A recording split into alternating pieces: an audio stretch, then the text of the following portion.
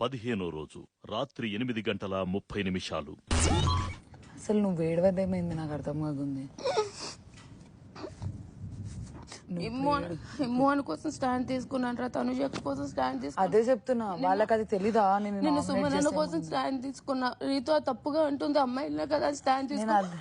అది తప్పు ఎట్లా అవుతుంది? అది తప్పు కాదురా, వాళ్ళు చేయాల్సిందే. వాళ్ళు గేమ్ ఆడుతున్నారు, మనం జెన్యూన్ గా ఉంటున్నాము. పెద్దన్నా మేము బాగుండాం పెద్దన్నా, మళ్ళీ మళ్ళీ మమ్మల్ని గెలికి పాటు చేస్తారు. మేము బాగుందాం. మీరు కూడా కొంచెం మాట్లాడేటప్పుడు అవునవును, నేను సరే సరేనా, మనం సరే అర్థమవుతుంది. అదే అదే రెచ్చగొడుతున్నారు.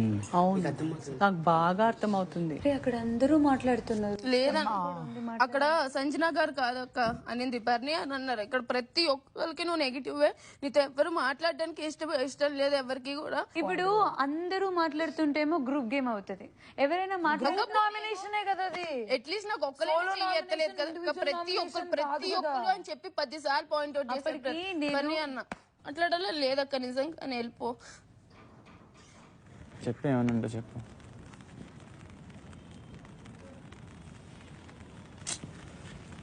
ఏమని చెప్పు. నామినేట్ ఎందుకు అయ్యాలో తెలుసా? నామినేషన్ ఎందుకు యాక్సెప్ట్ చేశానో తెలుసా?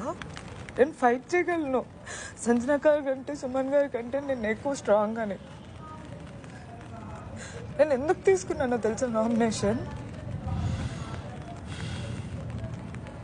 నేను మొత్తం మాట్లాడింది విన్నావా? నా హార్ట్ బ్రేక్ అయింది.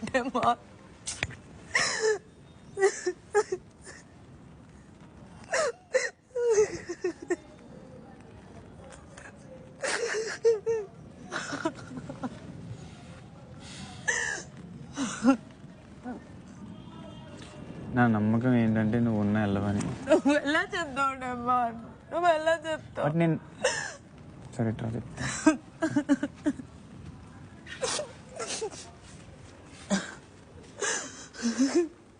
ఒక నిమిషం, నీకు విషయం తెలుసా?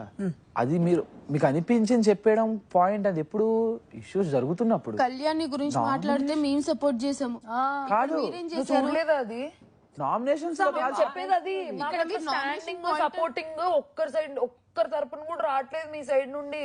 మా సైడ్ మేము మీకోసం కూడా కొట్లాడుకుంటాం. అదే అంటున్నా. మీరు కళ్యాణ్ నాకు ఎంత క్లోజ్, నాకు ఎంతసేపు సైలెంట్ గా ఉండడం. నన్ను నామినేట్ చేసింది నిన్ను నేను కెప్టెన్ చేశాను అని.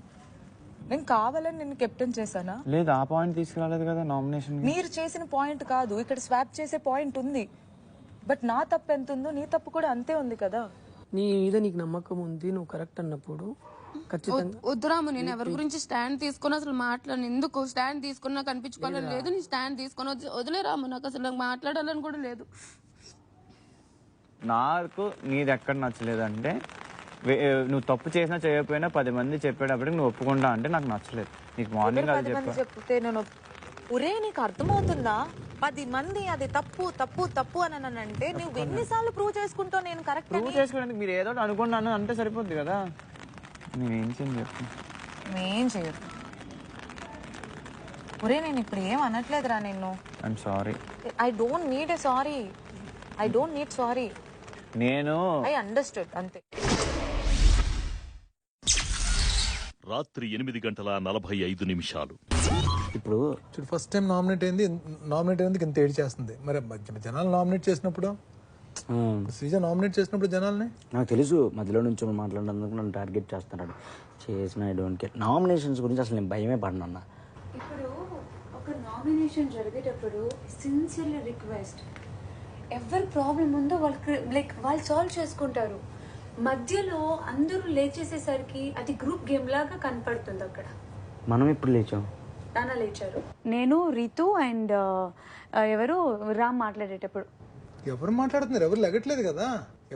ఒక నిమిషం, ఇప్పుడు గ్రూప్ డిసిషన్ అనుకున్నాక ఇప్పుడు గ్రూప్ మాట్లాడారు అన్నాక ఒక పర్సన్ నుంచి మాట్లాడతారు నాన్న. శ్రీజ టాపిక్ వచ్చింది. శ్రీజ టాపిక్ వచ్చేటప్పుడు నా పాయింట్ నేను మాట్లాడాను లేచి నుంచి. అలా ఉంటే ముందే చెప్పేయచ్చు కదా, లైన్ గా ఒకరొకరి నుంచి వాళ్ళ పాయింట్ మాట్లాడతాం అనేసి. కంప్లీట్ క్లారిటీ ఉంటే నించొని మాట్లాడే దాంట్లో ఒక అర్థం ఉంది. మీ పాయింట్ ని మాట్లాడేసి ఇంకొకరు మాట్లాడతారు, ఇంకొకరు మాట్లాడేసి ఇంకొకరు మాట్లాడతారు అంటే దట్ ఈస్ కంప్లీట్లీ రాంగ్. అలా ఉన్నప్పుడు అది ఇండివిజువల్ గా అందరూ చెప్పుకుంటూ వస్తాం. ఇప్పుడు ఉండమ్మా, చెప్పండి. నువ్వు వాయిస్ రేజ్ చేయకు ఫస్ట్ ఆఫ్ ఆల్. నేను చూడు ఎంత కూలి మాట్లాడుతున్నాను. టీం అందరూ శ్రీజాని అపోజ్ చేస్తారని చెప్పి చెప్పడానికి నేను లేచి నిలబడ్డాను. నేను ఇక్కడ శ్రీజాతో మేము పడలేరా బాబు అని చెప్పి అందరూ ఇనానిమస్ గా చెప్పారు. అదే నేను చెప్తున్నాను నీకు అని చెప్పాను. అది కూడా చెప్పడం తప్పేనా? మనం ఇద్దరం అక్కడ మాట్లాడుకున్న విషయం నేను అప్పుడే చెప్పే వాళ్ళకి. మేమేమో మాట్లాడుకుంటున్నామని అనుకుంటున్నారు, మేమేం మాట్లాడుకోలేదు, ఎవరి ఇండివిజువల్ గేమ్ వాళ్ళు ఆడడానికి వచ్చినామని చెప్పిన. కట్ చేసి ఇప్పుడు ఇక్కడ నేను వేరే అక్కడ ఒకటి చెప్పి ఇక్కడ ఒకటి చెప్తే నేను బ్యాడ్ అవుతా అని చెప్పి ఏం మాట్లాడలేదు. అర్థమైందా నీకు? ఏమైంది నీకు? నానా అట్లా మధ్యలో ఇన్వాల్వ్ అవ్వడం కరెక్ట్ కాదు అని నాకు అనిపించింది. అది కరెక్ట్ కాదు. నేను అందుకే నేను అది హార్ట్ టు సే మొహం మీద చెప్పాను. అవును. మీ ముగ్గురు మాట్లాడుకుంటున్నాం భరణి గారు, మీరు కూర్చోండి అని. నేను అది చెప్పినందుకు నేను బ్యాడ్ అయ్యా, అంతే, వేరే ఏం లేదు. ఇప్పుడు నువ్వు సెల్ఫ్ నామినేషన్ వరకు వెళ్ళావు కదా అనేసి ఆయన అక్కడ వాళ్ళ ముందు డిస్కషన్ ఎందుకు అనేసి నాన్న ఆపడానికి నాన్న లేపడానికి కాకపోతే నాది ఇంకా అవ్వలేదు అని ఎందుకన్నావు? You can take stand on the తర్వాత ఇన్నోసెంట్ లాగా మొహం పెట్టుకొని నించుంటావు, దానికి జాలి చూపించి వాళ్ళు ఆపడానికి వస్తారు. తను అడుగుతుంది ఒకవైపు, నేను అడుగుతున్నా ఒకవైపు.